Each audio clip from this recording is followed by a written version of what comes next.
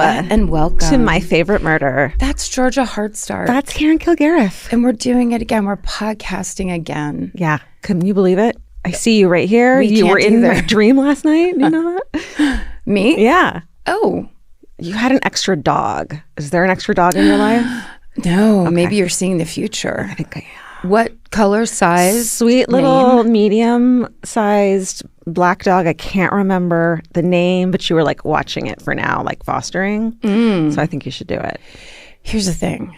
I don't like fostering. Of course. Because how do you have a dog in your house that you're treating like your own dog and then you're just like, okay, bye, good luck. I know, but it's for the greater good. Not my greater good. And my greater good is the only one I care about. Yeah, we know. Yeah. Yeah, it's been a real burden. I didn't get to tell you the story of when we were heading home from Chicago. And for the first, almost the whole flight, so it was a 4-hour flight. So for 3.5 hours, I was convinced I was sitting next to Steve-O. And it was so exciting. But you couldn't actually look, so you just convinced yourself? Well, so when I walked on, it was a dude in the aisle seat with his hat pulled all the way down, real flat-billed skater boy hat. Totally. And it was like that. So I was like, okay, famous person, whatever. So I just slide past him and sit down. And then, of course, we have to wait because there's all these crazy delays for weather. Yeah. And so by the time we've taken off and I'm waiting for that seatbelt sign to go off, I have to pee so bad. Oh my God. And so I was just like, he was like turned away and it was like all crunched in. So I was like, I absolutely have to give this signal. I'm not trying to talk to you or make small talk. Literally, I'm not going to wait for that sign to go off. I'm going to get up the fuck out of my way. I've got to piss. Oh, I've been there. I've done it. And I planned accordingly. Yes. I didn't choose to wait. Yes. Like I was forced to wait. Yeah. Thank God. And I'm sorry to say, but it just looked like a crazy old lady came wandering up the aisle, and she had kind of like long gray hair, and I was like, oh my God, she's going to do it first. Yes. And she did. Good for her. She did it first. She broke the seal for you. She broke the seal for all the people who had to pee. So then she walks back, and the second she passed, I think our aisle was the last one. Yeah. The second she passed, I just turned, gave full energy of like, move it. Yeah. And then he kind of looked, but I wasn't trying to look in his face because I wanted to make sure he knew, hey, I'm not trying to talk to you. Yeah. And I just jumped up and slid past him and went to the bathroom. And I just looked at the flight attendant and I was like, it's an emergency, and went in. And as I walk in and lock the door, they were like, attention all passengers, stay in your seat. It's just for you. Yep. It's totally just for you. They announced shame to me. So then at the very end of the flight, he stood up, opened up the overhead, looked at me and said, do you have anything up here? You want me to get down? And I was like, no, because you're not Steve-O, so you can truly go to hell forever. That whole time. It was so exciting. It's weird. I think we're all going to agree that it's weird that you got so excited about Steve-O. Like, I wouldn't have pictured that as like a Karen gets excited about celeb. Really? Yeah. Well, maybe you weren't listening all the times I told you, but a huge fan. What? No, just kidding. But I used to watch Wild Boys. Wild Boys came on my TV when I lived in a studio apartment. It was broke and literally got like 3 channels. Yeah. Somehow I was able to watch that show. I don't even know what it is. It was Steve-O and Chris Pontius, I believe is how you pronounce his last name. And they would go all around the world and like dress as bananas and go sit near silverback gorillas. Oh my God. Like pranks around the world. Like pranks to themselves too, almost. Oh yeah. Like lots of bungee jumping off of bridges that they're both having nervous breakdowns. I love it. That kind of stuff, but like everywhere. Adventure show. Yeah. I do that all the time on planes, thinking I recognize people. We're flying out of LAX. Yeah, of course. Like look around a little bit, but also when people get hidey like that, you're like, why would you be doing this? Does he have a zit? He probably had a big zit. That's why I'd hide. He looked like a regular guy when he stood up. Oh, like not even a hot skater? Come on. I mean, let's get skater. They're like, Karen, that was George Clooney. Like, oh, I thought it was Steve-O. I don't give a shit. I love the idea of you like, get out of my way, George Clooney. Steve-O's right there. I got to talk to him, get a photo. Here's the thing. I feel like I know Steve-O better than I know George Clooney. Of course. So it is that thing of like, you feel like you're the boy from high school that got famous. Yeah. Not just a celebrity. Not the famous guy. Right. That makes sense. Yeah. Also, I tricked my dad into watching the most recent Jackass. Thank you. is it Jackass 4? Fuck if I know. The most recent, and I thought he would make me turn it off because of all the filth. Yeah. And we watched it for so long before God. They literally showed men's genitals, and he went, all right, turn this off. That's his heart out, is like 4 genital shots. He's like, I can't. Yeah. This I would have normally been 3. so mad about. Yeah. But I think they won him over too. Wow. Yeah. Ugh, genital shots with your dad. No. I couldn't believe it. I was just like, all of a sudden it smash cut to like, here's how we're going to up this prank. And then I was just like, what are we watching? I've turned movies off with my dad because of that. Or we both go, oh no. And like both of us turn away from the TV. Yeah. Like, okay. Yeah. No thanks. No thanks, Dad. No thanks. How was your flight home? It was uneventful, and I was so happy to be home. That Friday afternoon home thing where you're just like, I just want to sleep for the entire weekend. Yeah. And I did. Yeah. And it was great. And you got to your Justified. Yeah. Yeah. Should we do highlights for our network? Let's do it. Okay, you guys, we have a podcast network. It's called Exactly Right Media. Please follow it everywhere if you want and can and should. If you would, please. Yeah. And here are some highlights. This week on our weird news show, Bananas, comedian Abby Gavinden joins Kurt and Scotty, and they cover important news of the world, like a reckless driver who was fined for not stopping at a crosswalk for his own children. And, of course, Walgreens' shocking revelation that locking up every item in their stores is bad for business. Who knew? Shocking, right? Shocking. And then on That's Messed Up, Kara and Lisa cover the SVU episode Exile, season 20, episode 6, that covers the strange disappearance of Hannah Up, and chat with actress Amy Spring-Fortier, who plays 2 different characters on the same episode. Wow, she's got range. Yes. And then over on our brand new true crime podcast, The Knife, they've got a new episode out today. Hannah and Paisha are sharing Tony Nova's story. Tony was newly married and just a month into her pregnancy when her husband became physically abusive. Today, she's bravely telling her story in hopes of helping others find safety in similar situations. Amazing. The Knife is doing the work. They're doing it. And Buried Bones has a big week. First, the new episode drops on Wednesday as Kate and Paul head to Delaware in 1892 to investigate the brutal murder of a 17-year-old woman. Then on Friday, 4 p.m. Pacific, join Kate and Paul for the premiere of their very first video episode. It's at youtube.com/exactlyrightmedia. They'll be in the comments live answering listener questions. You get to see their beautiful faces talking about awesome stuff. Please go and check that out. Yes. Kate and Paul on video. Can't miss. What more do you want? And finally, we have a personal question for you, listener. Have you checked out our merch lately? There's something for everyone, but especially there's stuff now for our day one listeners. Look, very small, but here it is, the day one listener pin. It's a little blue ribbon pin. I love it. Yeah, you've been telling everyone you've been here since the beginning, so now you can brag about it in pin form. Yeah, and also we're not going to check your work if you are a day 37 listener or day 200 listener. You can still wear this beautiful pin. I feel like it's a blue ribbon. Yeah. We've had to listen to this shit the whole time. We'll wear it. Look how cute that is. That's fucking cute. That looks good. I love it. Does that work? Oh, yeah, that's nice. Yay. Yay. All right. You're first. Let's do the thing that is the thing we're supposed to do. Let's do it. Let's do the thing they've been fast forwarding to for the past 2 minutes. All right. This is a story that got suggested to me, and I said, I'm positive I've covered that before. Uh-huh. And then Maren looked it all up and was like, you've talked about it before. You have not covered it. And the reason I thought I covered it is because I listened to and then recommended and talked about a lot a podcast by the CBC called The Village. That's a limited series podcast that is such an incredible deep dive. Canadian journalist Justin Ling, or I shouldn't say Canadian. Right. He works for the CBC. He could be from anywhere. Sure. But journalist Justin Ling did it, and it is such a good podcast. It's heavily cited in this. So that's why it was so familiar to me. But now I'm going to tell it to you myself. Okay. So it starts in January of 2018 in Toronto, Canada, in and around the city's LGBTQ plus district, Yeah. That area is known as the Church and Wellesley neighborhood, also known as Toronto's Gay Village. Over the past 10 years, 8 men with connections to the queer community have simply vanished from the city. And for all those years, their loved ones have been waiting for answers. Now, on the morning of January 18th, 2018, just before 10:30 a.m., a team of officers storms a Toronto apartment and arrests the homeowner. He's been the target of their investigation in these disappearances for weeks, and he's been under 24-hour surveillance. Soon, the investigators' suspicions about this man will be confirmed.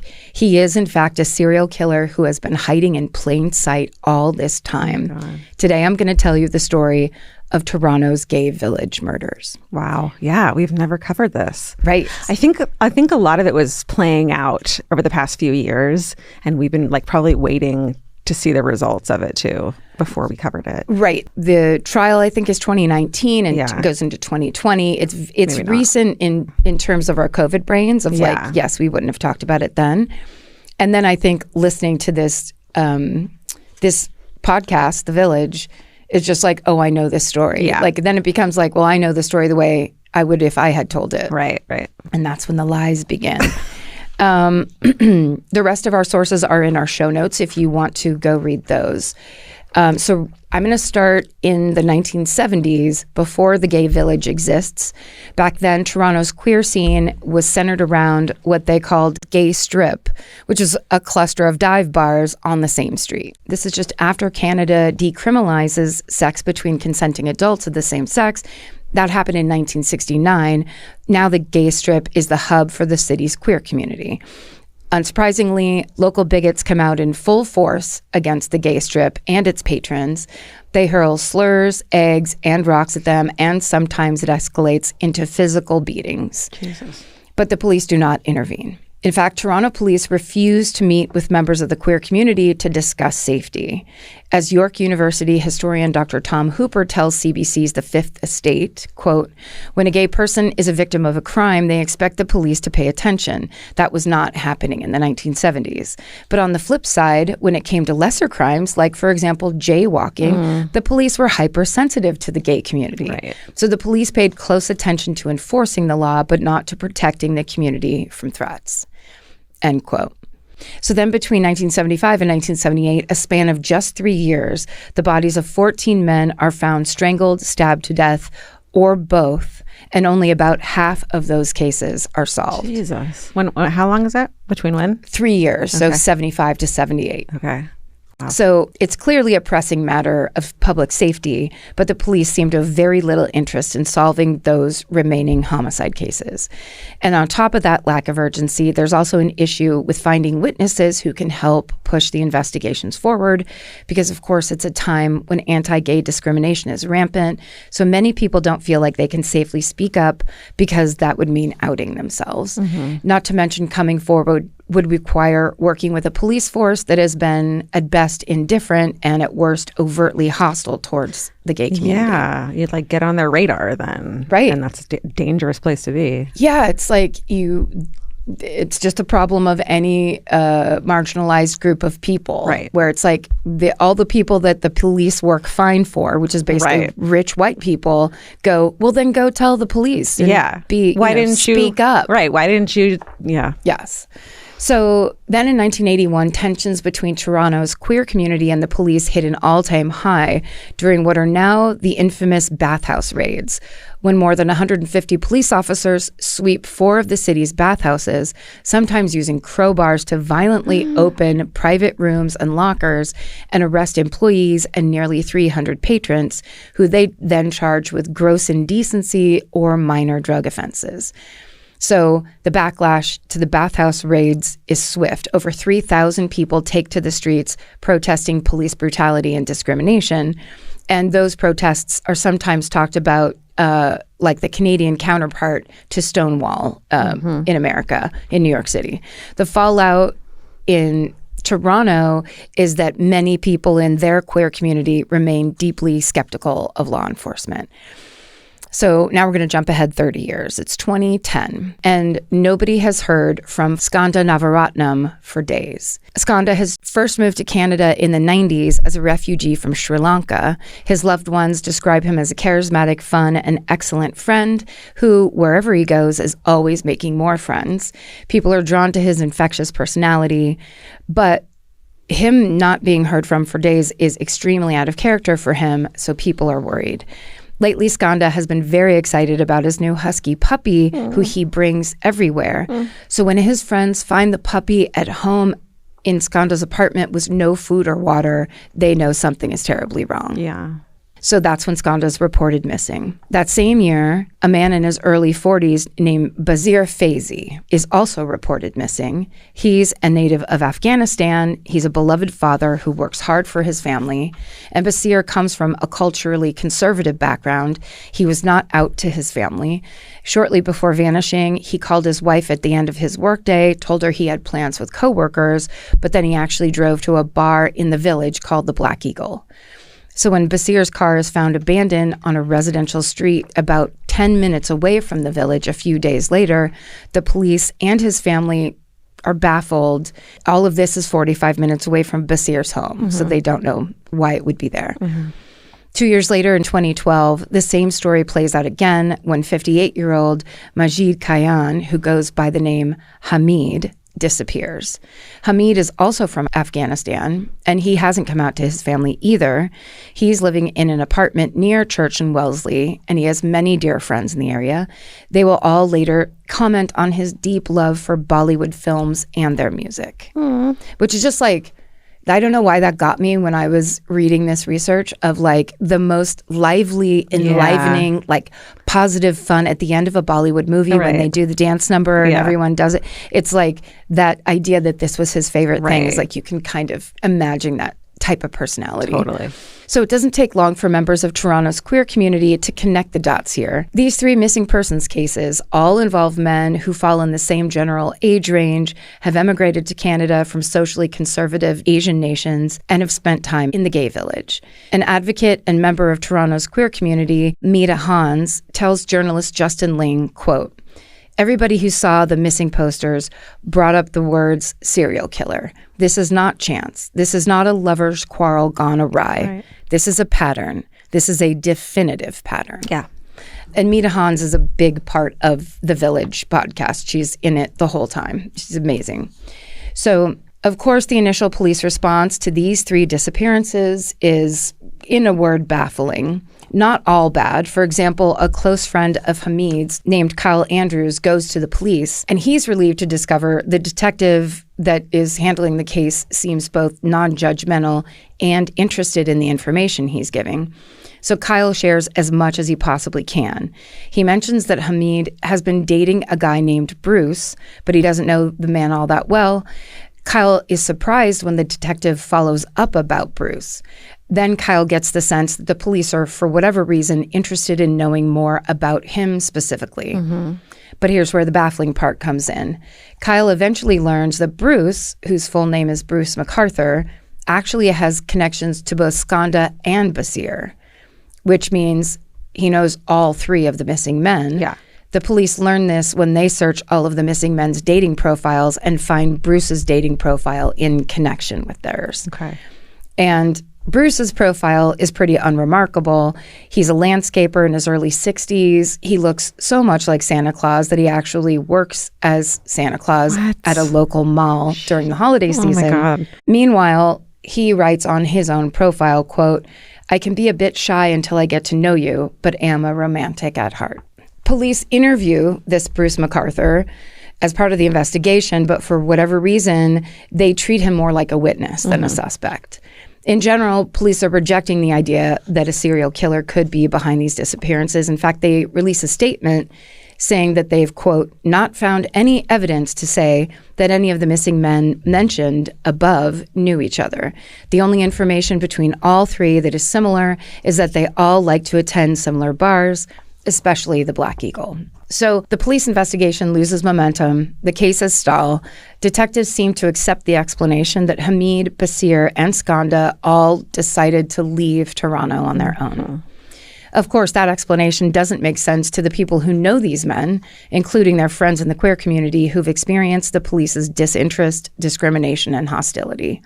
Mita Hans says, quote, "Initially, I think the tones were very civil, asking for help, asking for acknowledgement, asking for a spotlight to be shown on this, because obviously there's something going on. But when that didn't happen, I think the tone became more urgent, more animated, and finally the tone became very angry. Why are you not listening? If we see this is happening, if everybody we know sees this is happening, how can you not see this? End quote. Now it's 2015. Skanda and Basir have been missing for 5 years, and Hamid has been missing for 3. And then in August of 2015, 50-year-old Saroush Mahmoudi disappears. He's come to Canada from Iran, and he's reported missing by his wife, who's worried sick.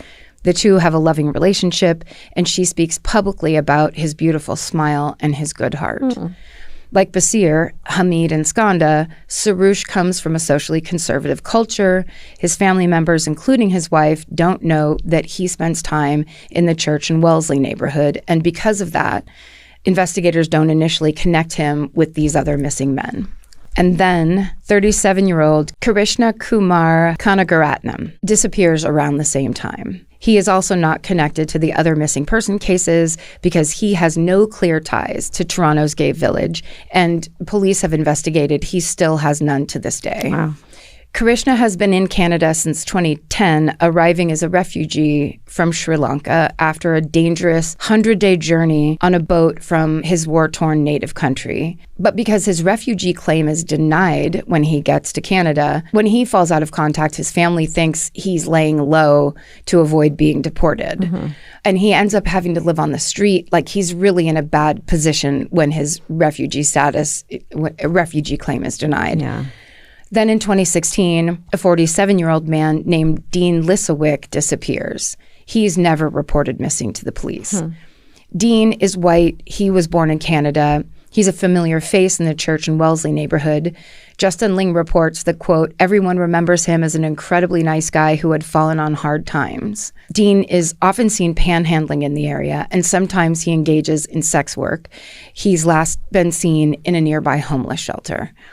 Then in 2017, 44-year-old Salim Essen goes missing. Celine has moved to Canada from Turkey in 2013. Things haven't always been easy for him. He's previously struggled with addiction, but his friends say that life for him lately had been good and that he'd been turning things around. So when friends suddenly stop hearing from Salim, he is reported missing to police. And he's last seen at his own home near the gay village. His brothers will later release a statement about him saying, quote, he was very friendly, kind-hearted, open, independent-minded, and curious, passionate about learning new things, gardening, exploring new places, and meeting new people. His tender and kind humanity came before everything else. So then in July of the same year, after the end of all the Pride celebrations, a 49-year-old man named Andrew Kinsman vanishes. Andrew, who's like Dean, white and born in Canada, is very active in Toronto's queer community. He's described by loved ones as, quote, an extraordinary, quirky, and caring individual. So unlike the last 3 disappearances, Andrew and Salim's cases are soon linked to the 2010 and 2012 disappearances in the gay village. And this reignites the queer community's suspicion that there is a serial killer targeting the area. And finally, the police start listening. They launch a task force known as Project Prism, aimed at solving these active cases. But by this point, Toronto's queer community has been trying to ring the alarm bell for so long about these missing men, they have real reason to worry that the police are going to let these cases go cold again. As prominent Church and Wellesley community member and advocate Nikki Ward puts it, quote, the anger was palpable. But then summer turns to fall, turns to winter, the media moves on, some missing posters stay up, and you still see their faces around the city. But the feeling sets into the community that these cases would go unsolved, just like the others. But then, fortunately, there's a break in the case. As investigators are looking into Andrew Kinsman's case, they find a handwritten name in Andrew's calendar, and that name is Bruce. That's how they learned that Andrew also knew Bruce MacArthur, the 66-year-old Santa Claus landscaper who was treated like a witness back in 2012. So finally, 5 years after they first connect him to the 3 other missing men, investigators finally take a look at Bruce MacArthur. They discreetly put him under 24-hour surveillance, and when they do, detectives follow him to a Toronto property belonging to one of his landscaping clients. And that property is not far from where Basir's car was abandoned back in 2012. I just realized how sinister landscaping is in this. Yes. Oh my God. Really bad. Yeah. Okay. So now it's September of 2017. Bruce McArthur is under surveillance, and investigators watch as he sells the van he owns to an auto parts shop. So they go in basically right after, seize the vehicle without Bruce knowing. And when the forensic team gets in there, they find traces of blood inside. And when the DNA testing comes back, it confirms that the blood belongs to both Celine Essem and Andrew Kinsman. Oh, my God. So now investigators are able to get a warrant to search Bruce's house, and they do secretly without him knowing. Ooh. And when they do that, they find a hard drive. And when they open the hard drive, there's a bunch of different folders. And 8 of those folders are titled with the names of the missing men. Holy shit. And inside those folders are photos of the missing men, some of them clearly taken after they had been murdered. Can you imagine being the forensic investigator? Oh, but seeing those names and then being like, I know what's going to happen when I open these. And there's a 9th folder of a name of a person they don't recognize. Holy shit. No one's been reported missing. They cross-check it, and now they realize there's a victim out there. Oh my God. So in January 2018, the police raid Bruce McArthur's apartment just in the nick of time. Inside the apartment, they find a man tied to Bruce's bed. No. Luckily, he is physically unharmed at that point. The police have probably just saved his life because when they interview him, they learn this is the man whose name is the title of that 9th folder. Oh my God. It's like a fucking movie. It's a horrible movie. And so police arrest Bruce McArthur for the murders of Celine Essem and Andrew Kinsman. Holy shit. So Bruce McArthur, just to get a little background on him for context, he's born in a small farming village in 1951. He comes from a, quote, good family. His high school yearbook notes that his ambition is to, quote, be successful. Okay. Go for it. After graduating, Bruce gets married, has 2 children with his wife, and becomes very involved in his church. In the 70s, he gets a job at a department store in downtown Toronto. And that department store is just steps away from what then was known as the gay strip. And that's exactly around the same time those unsolved murders start taking place. Oh my God. Eventually, Bruce gets a different job, and that job is as a traveling salesman. Oh no. Later, he starts doing landscaping work. And in doing landscaping work, he builds up an impressive clientele. He seems to have a charmed life. He's a family man. He donates to charity. He stays active in his church, puts on a Santa suit at the local mall at Christmas time. People like him. So eventually Bruce divorces his wife and begins to live as an openly gay man. But then a darker picture begins to surface. Bruce's son will later claim that he was abusive. Men who encounter Bruce in Toronto's gay community describe him as being very controlling and aggressive. And then in 2001, Bruce is arrested after beating a man he's presumably about to have sex with a metal pipe until he is unconscious. Oh my God. Bruce turns himself in the next day, and because of that is able to avoid jail time. Yeah. But he's banned from the gay village for the length of his probation, and then he has to take anger management classes. Great. Once probation ends, Bruce starts hanging out in the area again, and even worse, I would say, becomes active on gay dating sites. Yikes. So after Bruce McArthur's arrest in 2018, police search for and find the dismembered remains of the 8 missing men. Their bodies have been hidden on the various Toronto properties that Bruce is a landscaper for. Can you imagine being one of those people who live at the property? So horrifying. Who just like, you're reading the newspaper in the morning and then like you look at your backyard and you're just like, oh, fuck. For years and years, missing people have been hidden on. A lot of them the body parts were put in these really large stone planters. Oh my God. Oh my God. Yeah. It's like, because also like the smell would be, you could explain away the smell really easily, manure or whatever, like, you know, it's going to smell for a few days. Right. But that is just so creepy. Yeah. So creepy. So creepy. So the case against Bruce McArthur is overwhelming. Investigators collect more than 18,000 pieces of evidence, including clippings of the victim's hair that Bruce was keeping, presumably as trophies. He ultimately pleads guilty to 8 counts of first-degree murder. Then in February of 2019, he is sentenced to life in prison with no chance of parole for 25 years, which is the way they do it in Canada. He will almost certainly spend the rest of his life behind bars. Yeah. But even with this sentencing, there are many people who worry this story is not over. Yeah. Because the idea that Bruce McArthur started killing when he was in his 60s is hard to believe. Right. Well, he didn't, right? The 1970s ones are from him? We don't know that. Okay. It's unproven. Oh. It's just circumstantial. Okay. That he was basically around the corner when all of that started. Okay. But that's just it. He was a traveling salesman. Right. That's horrifying. And so is there somebody that's actually going to sit down? Now that he's in jail, will someone sit down and actually map out where he was and if there were missing people? And totally. Maybe some podcaster of the future. That reminds me of True Crime Bullshit. Oh my God. Where he's just like mapping the Israel Keys disappearances. Or Payne Lindsay, get on that. Right.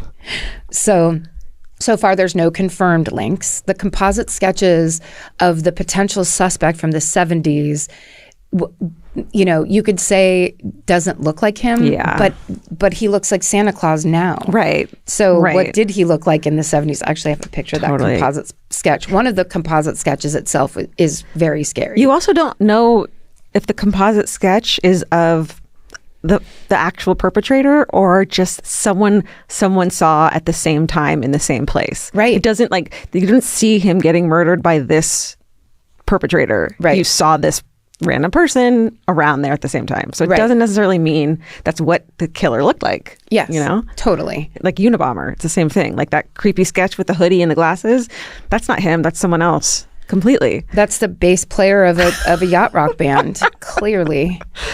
So police have never shared or found any physical evidence connecting him to those cases. But there's another reason why, for many people, the case doesn't feel fully resolved, and that's because of how the police handled it for so long. The lives of the victims matter just as much as any other person in any other neighborhood in Toronto. And again, those victims' names are Skanda Navaratnam, Basir Faizi, Majid Kayan, Sarush Mahmoodi, Karishna Kumar Kanagaratnam, Dean Lizowick, Salim Essen, and Andrew Kinsman. And we'll finish the story with another quote from activist Nikki Ward, who said, quote, Bruce McArthur picked people he thought he could get away with killing because they were immigrants, people of color, maybe closeted, maybe homeless. That's the common thread tying these men together. And to learn that he was someone walking among us, a wolf in sheep's clothing, was sadly not surprising. I take exception to the phrase, he was one of our own, because he most definitely was not. And that's the story of Toronto's gay village murders. Wow. I'm so glad you covered that. I could have sworn I did. Did you do it when we were in Toronto? I don't think so. Great job. Thank you. That was amazing. I do think that we should be able to do stories that we did live that never got aired on the podcast now. You know what I mean? I know, but I think there's only 3. That we didn't ever air? Yeah, remember back in the days, pre-COVID days, when we get down to it, we'd be like, no, that one's really bad. This audio's bad. Yeah. And we'd be like, we don't care. We just want to put something up. Steven, how's the audio from fucking, wherever? Yes. Des Moines. Did we ever do Des Moines? No. We did. Oh, yeah. How's the Des Moines audio? Not great? Put it up. Put it up. We don't care. I can't do it this week. This week, my brain is fucking broken. We're getting into COVID. Put up a fucking live episode, and then we just have a week off, and it would just be lovely and beautiful. It was just in that second apartment, things got real fucking intense. In the loft? In the loft. It was for me, it felt like it was all going up like this. Yeah. But nothing else was coming back down. Yeah. It was me working multiple jobs and trying to do it. It was all very intense. Yeah, things were not good in that period. You'd just be like, Steven, fix it. Of course, Steven. Love him. Great job. Thank you. We're going to go in a totally different direction, as we are wont to do. Good. I think you're going to like this one. Okay. I'm going to tell you about what some people called a grifter, but some people called an international adventurer. Okay. That's a good spin on it. From the 1950s, who caused an uproar in Atlanta society and sent shockwaves throughout the pedigree Cocker Spaniel community, your favorite. I should have heard about this already. Well, okay, this is the story of someone we're going to call for now, Janet. Janet! The main sources for the story are a book called Confident Women, Swindlers, Grifters, and Shapeshifters of the Feminine Persuasion. Yes. Read that by Tori Telfer. And Reporting from the Tulsa World, your favorite paper. It's a good one. The rest of the sources can be found in the show notes. I'm definitely reading that book for sure. Yeah, you should. All right, so here we are. It's 1954. We're in Decatur, Georgia. It's an Atlanta suburb that borders the city limits, so it's kind of small towny still. And then a glamorous, somewhat mysterious, middle-aged woman has just moved into town with her 15-year-old niece. The woman introduces herself to the neighbors as Janet Gray and says that the teen is Candace Victoria Lane, her niece, who goes by Candy, so her name is Candy Lane. Which is already on purpose? Yeah.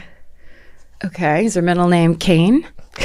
Because what are we doing? Janet says she's from Washington, D.C., and the circumstances that have brought her to Atlanta are absolutely tragic. She's just lost her husband, but the details are kind of vague. Janet lost a child at birth, she said, and then 2 weeks after her husband's sudden death, her last remaining child was hit by a school bus and killed. That's her horror story. Don't get upset. Okay. It's not true. Great. It doesn't feel very true. It's not. But she comes with this sob story of why she's here and, hey, why I have a lot of fucking money, too. Oh.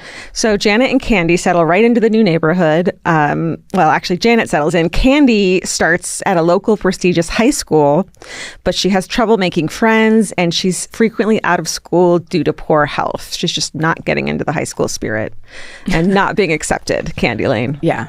Also, everyone thinks it's weird that Candy, who is 15 years old, looks way older than that.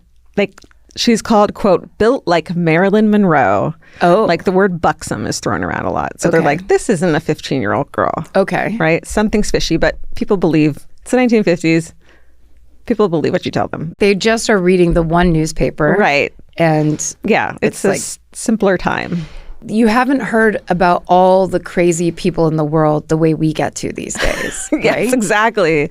And that's why you listen to this podcast. Mm-hmm. So meanwhile, Janet, she appears to be thriving. She buys a big house in an upscale neighborhood, hires contractors to put in a big pool in the backyard, as well as a big kennel, because it turns out that one of Janet's big passions, like yours, is Cocker Spaniels. Cocker Spaniels. That's always. Right. Yep. Have you ever met one? I've never met a Cocker Spaniel, I don't think. Are they the ones that are kind of brown and long ears, floppy ears? Yeah, like blondish with like, curly or like wavy kind of. Yeah. Like, I feel like that's a pretty standard, that was a standard dog that right around here. I'm just holding it like it's a show dog. Yep. Like this that. is tail up, head up. Yeah. Yeah. Yeah. I think I've met a couple, but my Aunt Jean next door, they had Springer Spaniels. Oh, okay. And Nellie was their dog. And I think she may have been a breed dog in some way, because that's what like farm people do that sometimes. Or they're like, when they have puppies, we sell them. Right, totally. Yeah, I don't know the personality. I'm assuming that they're, I don't know why, haughty. That's just like my take on looking at them. But Cocker Spaniels? Yeah, who knows? Maybe it's because they're show dogs. And I'm just like. They're like princessy? Yeah. Yeah, that feels right. And so in a very short time, while she's living in Decatur, she acquires between 30 and 50 of them, some of which have won big prizes at dog shows. Okay. So these are like, she's like a show dog lady. Collector. 30 to 50 dogs. No, thank you. And her neighbors hated her, and you know it. Up with the dawn. One starts barking. Oh my God. Yeah. Like, no, you can't do that. Sorry, in just a regular neighborhood? I think it was a well-to-do neighborhood where there's probably lots of like land. I would hope so. Yeah, so they like built a pool in the backyard. But it wasn't like, countryside. It was like a neighborhood, a well-to-do neighborhood. 30 dogs. 30 to 50 dogs. 50 dogs. Put 50 dogs in this room right now. No, I'm not going to fucking tell you. I'll start screaming. Please don't. It's too many. I mean, I love dogs, but like 10 tops. 30 to 50 of anything. No, like true. Imagine like 30 to 50 Snickers bars. I'd be like, this is crazy, guys. I do cats. I would do cats. I would do cats. You're getting there. I'd take them. They're so much more like manageable, and they don't bark. You're like, can I get a slightly smaller home for these cats? I really want to feel all of them. Oh, poor Vince. Okay, so one of her dogs is named Capital Gain. And it actually wins its division at a dog show in South Carolina in 1956. And she also acquires a famous Cocker Spaniel named Rise and Shine. I guess they're like racehorses where they have weird ass names. Who won the Westminster Dog Show. Holy shit. It was still a thing back then. Yep. It still is a thing in our family. Yeah, you put it on immediately. Isn't it like Thanksgiving Day? I feel like there's a holiday we watch it either. You're thinking of the Puppy Bowl? You're thinking of the Super Bowl. That's right. It's on Thanksgiving, right? Yep. Every year. So Janet quickly ingratiates herself into Atlanta society. She is very glamorous. She's like an older lady, but that just means, like... Bigger jewelry? No, just like the age thing is like an old lady is in her 50s then. You know what I mean? Yeah. Like it's not, but she acts like an older lady, but she is very like refined. She has a closet full of beautiful dresses and furs and hats, and her home is immaculately furnished. It's like gorgeous. Okay. She's known around town as a very generous tipper, which we love. We got served by a murderino at this restaurant called La Supreme when Vince and I were in Detroit last week. But this lovely gal, I think her name is Marie, and she was so wonderful and like gave us like, after dinner drinks and dessert, and was just so nice. And then I was like, Vince, what if we don't tip her? Wouldn't that be funny? I was totally kidding, but like, obviously, but like what a great way to ruin everything. Yes, just exactly. to not tip. She's just being super cool, and then the tip is a weird Bible quote. Yeah. And you're just like, bye, Marie. How funny would that? I mean, not at all. We obviously... Never. Yeah, but never. Just kind of like... What if? Wait, that reminds me of walking down Michigan Avenue. No, I think we're on Wacker or something. But when we passed Megan, who saw you first as we were walking and said hi to you. In Chicago? Who was listening to our podcast as she walked by us? Listening to the podcast and then walked in. I was like 10 steps behind you. And I turned around. She looked at me. She was like, oh my God. And then I pointed back to you. I was like, and that one's here too. She's like, and by the time she got up to me, it kind of looked like she was crying, but it was so cold, that it could have just been that. But she just pulled an ear pod out and was just like, I'm listening to you now. And I'm like, this must be so weird. What a trip, right? Sorry to fuck with you, Megan. It's the Matrix. Where the fuck were we? Good tipper. And she's also one of the best customers at the local dressmaker, obviously. She's highly recognizable around town because she drives a bright pink Lincoln. There's like a scammer thing where they're basically like all eyes on me. Right. And then I think the like logic of the people around is like, it couldn't be them. They wouldn't draw this much attention themselves. Right. And like everyone else loves her and is around her all the time. Yeah. It's like a chameleon kind of thing. Yeah. No one knows exactly the source of her wealth, but everyone assumes that her dead husband had a lot of money. People also vaguely allude to her coming from a family of money, and so they think that she's the daughter of a high-ranking military officer. I'm sure she's like planted little seeds here and there. So it's kind of a surprise when Janet gets a job as a bookkeeper at a local doctor's office in Decatur, because why would she need a job if she's rich? But people assume that she likes to keep herself busy. She works there about 3.5 years, and life seems to continue on normally. This all comes to a grinding halt at the end of July 1957 when Janet's bosses from the doctor's clinic where she works give her a call. They said they'd hired an auditor to go over the books because something seemed fishy, and the auditor had found that about $100,000 appeared to be unaccounted for. What they called ring, ring, ring nowadays, and they're like, hey, we got audited. Here's how much is missing. Like, what would a lot of fucking money be? Well, it's the 50s. So that's like, I was going to say 100 years ago. Like $1.5 million. $1 million. Good job. Fuck. But imagine being like, hey, we're $1 million short on the till. Yeah. And you're the person who's in charge of all of that. And you're the one with the big pencil in your hand. Can you come? And they're like, can you come in and like explain this? And she's like, absolutely. Like, I'll be in on Monday. Like, I'm sure it's not a big deal. And they're like, okay, good. Because they like love her and trust her. And also the $100,000 number goes up like later. So that's just like kind of a starting point. Yeah. But as soon as she hangs up the phone, she springs into action. She rents 3 moving vans and hires a handyman to come help her move out. 2 vans are filled with furniture and clothing, and 1 is filled with about 40 Cocker Spaniels. No. Yeah. Into the truck, guys. Up that little ramp. Was there any cushions in there or anything for them? I know. That's not... No. And she finds homes for a few other dogs, and also the number of Cocker Spaniels sometimes changes as well. Yeah. The next morning, she and her, quote, niece get into the pink Lincoln with 3 moving vans following behind, and they skedaddle out of town. But they do. Yeah. Now, can I just say this? Maybe we've all learned this up until this point or since that time. If you're going to call and say, hey, we've noticed some questions in the books. Do you mind coming in on Monday? You're calling from the car outside their house. Right. So that you can see if that's what they're about to do. Right. And then that's how you know. Yeah. Totally. Yeah. So they didn't have car phones back then, did they? They had their hands. They could have very easily. They had a banana they could hold up as a phone, didn't they? All right, here's the truth. Janet's real name is Margaret Lydia Burton, although her maiden name is McGlashan. Like Maren McGlashan. Margaret is born in 1906 in Tianjin, China, born to British well-to-do parents.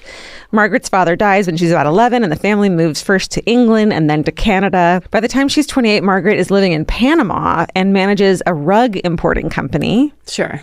Which has ties to the part of China where she's from, where she grew up. So then she marries an American named Jasper Burton, and in the 1930s, they have a baby girl named Sheila. Sheila, it turns out, is the real identity of her niece, Candy Cane. It's her daughter. Not in high school. Who is 20 years old. So they were not wrong. Okay. Will we hear more about that later? Kind of. The why? We'll talk about it. Okay. We'll theorize. Okay. We're really good at that. Okay. So it's not clear why Sheila had to pretend to be younger and a niece. Maybe like she just didn't, like maybe she was vain and didn't want to seem like an elderly mother with a 20. I don't know. It's just, there's no reasoning that I can understand from that. Okay. But it's thought that maybe Margaret wanted to protect her daughter from being culpable for any embezzlement. So that's the positive one. The negative could be whatever. You know what I mean? Yeah. So the first known case of that kind of embezzlement crops up in 1939. And by that point, the rug company has transferred Margaret to Honolulu.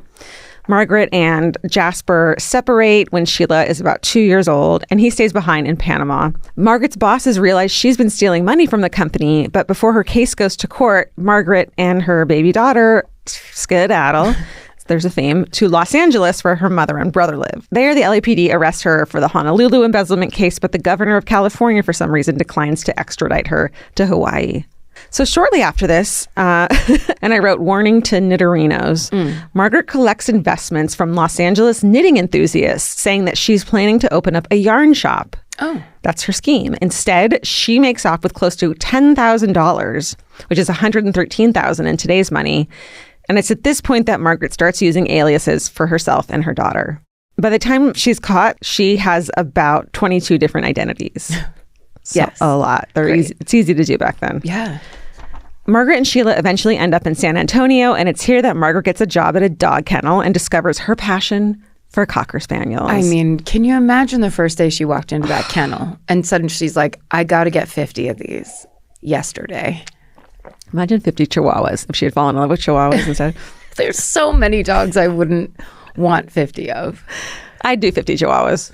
Yeah, I would do 50 Chihuahuas. I'd do 50 terriers like Frank and Blossom. Like, I like that kind of dog. Maybe it's because Cookie's a Chihuahua, and I'm like, definitely. Yeah. Our dogs have done a good job representing themselves and their breeds to us. They've indoctrinated us into their I'm a breeds. true believer. Yeah. So she starts using some of her ill-gotten money to buy show dogs. They cost thousands of dollars.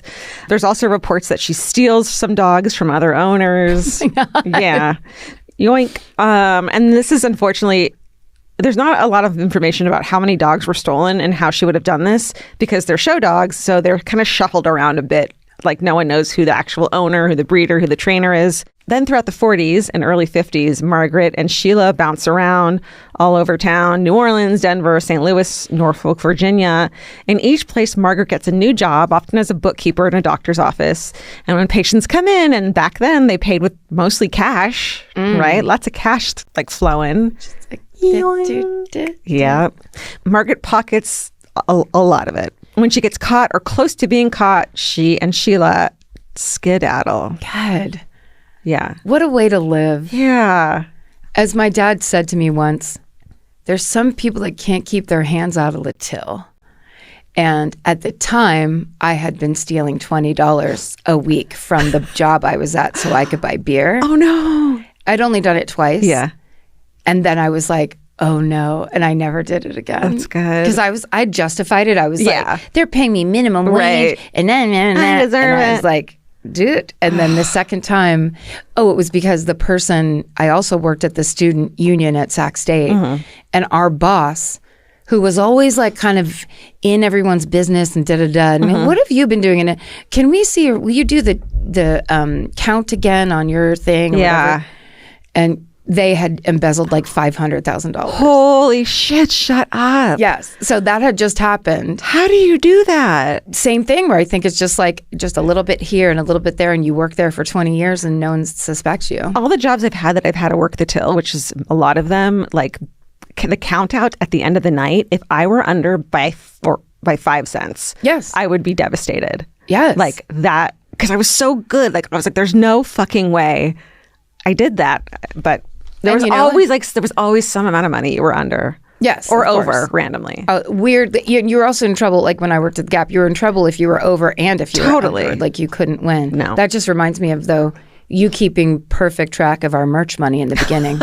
Where you would just be like, there it is, just so you know. Aren't you glad I'm not an embezzler? I really am. It would have been very difficult on top of everything else.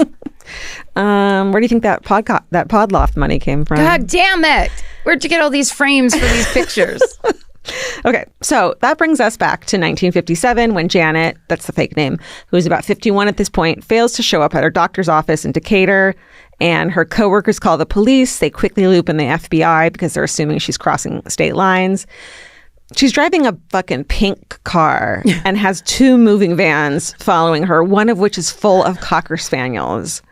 So one of the agents says it'll be like, quote, finding an elephant in a haystack.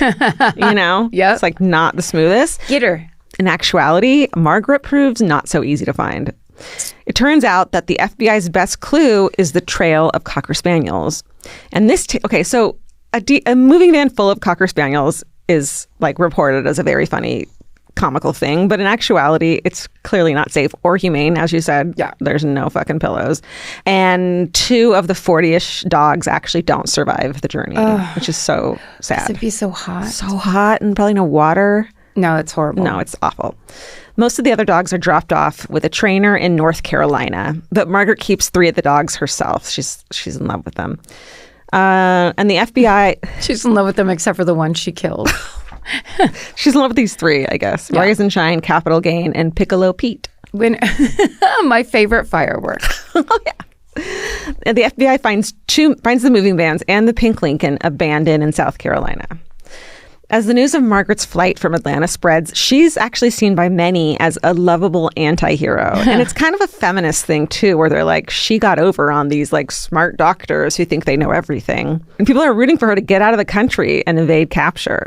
But one group that's not impressed at all is the Southeastern chapter of the American Spaniel Club. Yeah. Because they liked her so much that they had been in the process of naming her as the regional leader. So she was an actress. She was good at fooling people. True sociopath. Exactly. One member says, quote, it was like picking up the paper and reading that President Eisenhower was a spy for the communists, end quote, which is like, hey, welcome to today. Yeah. The FBI underestimates Margaret completely. She manages to evade capture for about a month, getting us to the end of August 1957. She and Sheila wind up in Tulsa. They rent a house. Margaret assumes a new identity, going by Madge Burton. Madge. Bring that name back. It's pretty great. A baby named Madge. Smoking. Oh, let's smoke a baby. Look at Madge. She loves her Virginia Slims. Let her have another one before she goes to sleep. Just let her. She'll go right down and just give her 2 more cigarettes. And give her a Cosmo and a cigarette and she'll go right down. So she goes to a doctor's office and gets a job there. Yes. And they don't ask for any references because Madge tells them that she worked at her husband's doctor's. Her husband was a doctor. She worked in his office for years and years, and he left her for another woman. So she doesn't have references, but she's got a lot of experience. And they're like, great, get over here. And she actually does seem to have a lot of experience because she has done that. So they believe her. She's stolen at all the great doctor's offices around the Midwest. Then, after Madge had been at the clinic for a week or 2, a story about Margaret Burton, her real identity, runs in the Tulsa world, and it catches the attention of the office manager who hired her. partly because of obviously working in a doctor's office, but also Margaret had a lot of freckles. And so she matched that up. And the article describes her daughter, Sheila, as, quote, buxom. And the office manager had seen this daughter and was like, bingo, it's Jessica Rabbit. The 15-year-old? Yeah, the 20-year-old. The 15, 20-year-old? Exactly. So the office manager is a rat and calls the FBI. I'm kidding. And when they knock on the door of the house rented in Tulsa, they are greeted by the daughter, Sheila, and 3 Cocker Spaniels, which is like, change up the dogs. You're like giving it away. You know? At least put them away for a bit. Or like put a disguise on them. Oh, raccoon disguises. 3 raccoons. What are you guys doing? Well, there's no Cocker Spaniels here. I guess we got to get out of here. This can't be the same place. Margaret and Sheila are both promptly arrested and extradited back to Georgia, where they're slapped with state charges of forgery and larceny. It turns out that the federal charges don't stick. Like, she gets lucky. And the 3 dogs are all brought to a local kennel, but they're technically impounded, like, with all of Margaret's other property. Like, can you imagine going to that fucking sale? Oh my God. Like, up next on the block. The American Spaniel Club raises what is basically today about $17,000 to buy back the Best in Show dog, Rise and Shine. And Piccolo Pete, come here. Come here, darling. It's me. It's your mother. So all this comes out in the press, and Sheila's birth father, her dad, Jasper Burton, who hasn't seen her since she left Panama as a toddler, comes out of the woodwork. It turns out he'd been living in nearby Athens, Georgia. He's thrilled to find his daughter again. And the charges against Sheila are dropped completely. It does seem like she had nothing to do with her mother's schemes. That, again, started when she was a baby. And you've got to imagine the mindfuck she grew up with. Nonstop Mindfuck. Everything is either for money or Cocker Spaniels. And we got to get the fuck out of here now. We have to leave. You're not this person. You're that person. That probably went on her entire life. I wonder if the high school thing is like, you can go to high school in Decatur when we get there. Right. You can go to high school at the next place. No, it'll be great. You're going to go. Yeah. You'll get that. Listen, you'll be a cheerleader this year. And she just keeps on doing it. There's got to be some kind of like trauma bond with her mother there, right? Right. And also, I think only child, I'm only saying this because I've observed my sister and my niece, where it's like, it's closer than average because there's just one of each. Totally. And so they're a team. We have each other, literally, and you can't make friends because you can't tell them anything truthful. Yeah, everything about your mother's life is this insane lie that you're trying to fit into. Totally. Yeah. Because also, if you were thinking about, if you're past the age of high school, but you're moving to these new towns, what are you going to do but go? What are you supposed to hang around the pool hall or something? Yeah. Like, what are you doing? Totally. To socialize? You wouldn't be able to. And I'm sure your mom tracks everything that you do. Yeah. Right? When reporters ask her questions, they say that she's shy, reserved, and says that she's just scared that she's never going to see her mom again. So Margaret faces charges all over the country, and her Georgia trial begins in December of 1957, ends in a mistrial because a juror hears his pastor at a sermon talking shit, essentially, on Margaret. And so it's shit the juror's not supposed to know, and so it's a mistrial. Wow. Great. That's actually the ultimate getting out of it. Yeah. It's not his fault. Yeah. It was church. It's like fucking, you know how pastors have big mouths and shit. Just trying to be a good Christian man. Gossip, these fucking pastors. every Sunday. Every Sunday, they're just talking shit about cases. At the second trial, Margaret says that actually the doctors at the clinic she worked for were trying to evade taxes, and she caught them, and so they tried to accuse her of embezzling. Yes. It's not her fault. Nope, she's the victim. She also faints a lot during the trial. Oh. As you do. One of these? Yep. You know how women just faint all the time? Like sitting down in the witness box. Yeah. She slide out of the chair like comedy style, just slide underneath. Oh, hey, I'm fainting. And people are skeptical of it even then. And in the end, she's found guilty of 2 counts of larceny and 2 counts of forgery and serves 2 years in prison. When she gets out, some of the other states have dropped their charges, but several others opt to ask the federal government to deport her rather than her going to trial, since she's actually a British citizen originally. So they're like, we won't charge her and try her if you get her out of here. Before she's deported, though, she's charged in Los Angeles for the knitting shop scheme, pleads guilty, and serves about 9 months in the county jail. And then Sheila, her daughter, winds up moving to LA to live with Margaret's brother back in LA. He's a movie producer. His name is Ian McGlashan, and Allie looked it up on IMDb, and the only credit to his name is a 1964 movie called Three Nuts in Search of a Bolt. Your favorite. Yes. Your favorite late night movie. Oh my God, those nuts are nuts. Svengoolie. It's a Svengoolie classic. It seems like the daughter lives a quiet life. Like, there's no information about her online. There's like a photo on her, like, find a grave of looks like a grandma. She's smiling. That's kind of all we've got. There's just a tiny picture on the bottom. It's no dogs allowed. From that day on, she fucking hates dogs. Never been around a dog since. It seems like she lives a quiet life. She gets married and has one child, and she dies in 2015. Wow. As an older lady. Margaret, meanwhile, is deported back to England in 1960, though some point, and no one seems to know when, she schemes her way back to the U.S. and dies in Los Angeles in 1992. So I bet she was back with her daughter. I bet she was. And who knows what kind of caper she got into that she didn't get caught for. Right, because now she's a whole new person. I bet she was the one at the grocery store who's like, I'll give you a 20 and, like, actually give you back the change for that. And she does, like, the change thing. And, oh, no, give me five fives for that. Oh, and I'll give you back your 20, right? She could be the old lady when I was so broke and I found a $20 bill. I put it in my pocket of my corduroy pants. Yeah. And then I was in the super cheap sunglasses store on Hollywood Boulevard because I was going down to, like, the Walgreens or whatever. Yeah. And I was standing there like, oh, I can buy a pair of sunglasses for like $5. Yeah. And this old lady came and like was standing to the side of me, and I wasn't looking. And finally I looked, and she was standing there smiling. She's like, hi. And I was like, hi. And then she walked away. My $20 is gone. Shut the fuck. I thought she was going to say, it was her. That's my 20. No, she straight up robbed you. She robbed me and then made me look her in the eye with a big smile. And I bet you it was fucking Janet. I bet you anything. She was in Los Angeles. It was her. Oh my God. How amazing would that be? So here's her photo. Oh my God.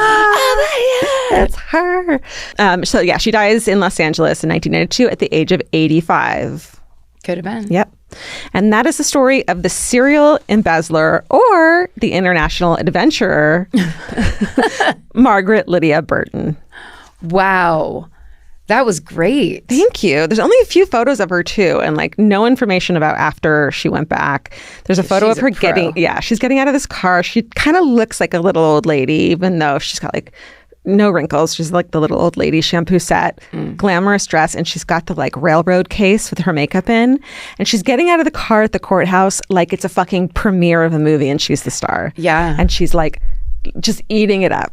And it's just kind of like, God, I bet she was fun. I bet she was fun, and I bet you that's why the press, or like that's why the public was able to get this kind of counter, like anti-hero thing going for her. Because it's like, well, you're showing up in an outfit. You seem to have a great attitude. Totally. Like, Americans don't need much more. No. Yeah. You're getting it over on the man. Yeah. I kind of love that. Yeah. So fuck it. Fun. Be a stealer. Be a stealer. Do you want to do some fucking hoorays? Sure. Should we be doing fucking hoorays too? You and I? Quick ones? Sure. Oh, wait, I don't have one. Next week? Yeah. You want to start next week? Yeah. Think of it this week. Something. Okay. Mine's Steve-O. Every week I'm going to give this. Steve-O! Okay, let's do some fucking hoorays. At the end of the show, we do just things you're fucking happy about. Hashtag us on Instagram or on our YouTube page on this episode. Yep. Email. Mine's from email. My first one. You want me to read it? Do it. That works. The subject line is Karen's Yogurt. Fucking hooray. And it says, hi, everyone. I'm an early listener. Yay. And your podcast has given me so much over the years. Laughter, comfort, mental health support. But Karen talking about her little morning yogurt has saved my coffee routine. Do you remember this? I just learned on TikTok, of course, that to save the cortisol zip of drinking coffee on an empty stomach in the morning, I just drink a little drinkable yogurt first and let my body process that, then drink the coffee like an hour later. I also heard eat a couple walnuts. Just like 2 walnuts. Oh, helps for the same reason? Mm-hmm. See, I can't eat one. Let's gotta get coleslaw. Oh, no. Okay, don't do that. That's right. They're all separate. It says, save my morning coffee routine and my esophagus. And for that, I am forever grateful. So fucking hooray for midlife hacks and a tureen of black coffee to keep us going through the terrible. Kate. I love it. I love hacks so much. It's a good hack. Yeah. To realize that I was just piling on, like, because I think I'm trying to get started in the morning. And it's like, you're literally signaling more cortisol. Seriously. Yeah, it's a monster. Okay, mine is from YouTube, from our YouTube page. And this is from a Kelsey, because remember we were saying that we have to have a Kelsey? I had a couple of those in there. I'm a Kelsey, and I have a fucking hooray today. First, my older sister, shout out Celia, got me listening to you from the start, and I've been hooked ever since. Today, my fucking hooray is my mom receiving life-saving surgery for an aortic aneurysm. She had a complicated health history, and I like to think her doctors were nerds who wanted to get to the bottom of it because they ended up coincidentally finding the aneurysm on an unrelated scan. Oh. And today she got it removed and is going to be fine. Yay. Oh my God. So scary. Her first words to my stepfather when she woke up were, "Do my girls know I'm okay?" She truly is the best. When you were shouting out Kelsey's at the end of the episode, I was like, I have to share this. SSDGM at 7KS45. Kelsey! I'm so glad your mom's okay. That's amazing. Very, very scary. Get your checkups, everyone. Yeah. Okay. This one is, this is from Instagram. It was a social media comment on episode 473, and it is from Deb Miller Landau, the author of the book A Devil Went Down to Georgia, which is based on the recent story I did about the murder of Lita McClinton. Oh my God. It says, my hashtag fucking hooray is that this little murderino's dream came true. Oh my God. Several months ago, I emailed MFM, and today on episode 473, Karen told the story of Lita McClinton based on my book, A Devil Went Down to Georgia. Thank you for honoring Lita. Enough with rich white guys getting away with murder and all the other horrible shit, right? Yes. Yes, Deb Miller Landau. Huge shout out to Maren for loving the book and getting the story on the show. Fucking hooray to you all. I love that. I know, isn't that great? Yes. Congratulations, Deb Miller Landau. What a great book. Good job. Okay, my last one is also a YouTube comment. It was commented on episode 473 on YouTube. Fucking hooray. April Fool's Day marked 5 years sober from alcohol for me. It did not seem possible and it wasn't easy, but the blessings have been abundant. I left the medical field in 2022 and am now supervising a group of badass police record clerks. Oh. Thanks for all you do. SSDGM, Ashley at Ashley William -D5M. Congratulations, Ashley. Yeah, 5 years. That's a long time. I can't. That's a big deal. It's a big deal. That's amazing. Yeah. Good job. Send us your fucking hoorays, you guys. Maybe we'll do ours next week too. Yeah, we'll start doing some too. Yeah. We'll do it. We'll have a little more gratitude in our lives. That's a good idea. Let's do it. Yeah. Thank you guys for listening. We appreciate you so much. And stay sexy. And don't get murdered. Goodbye.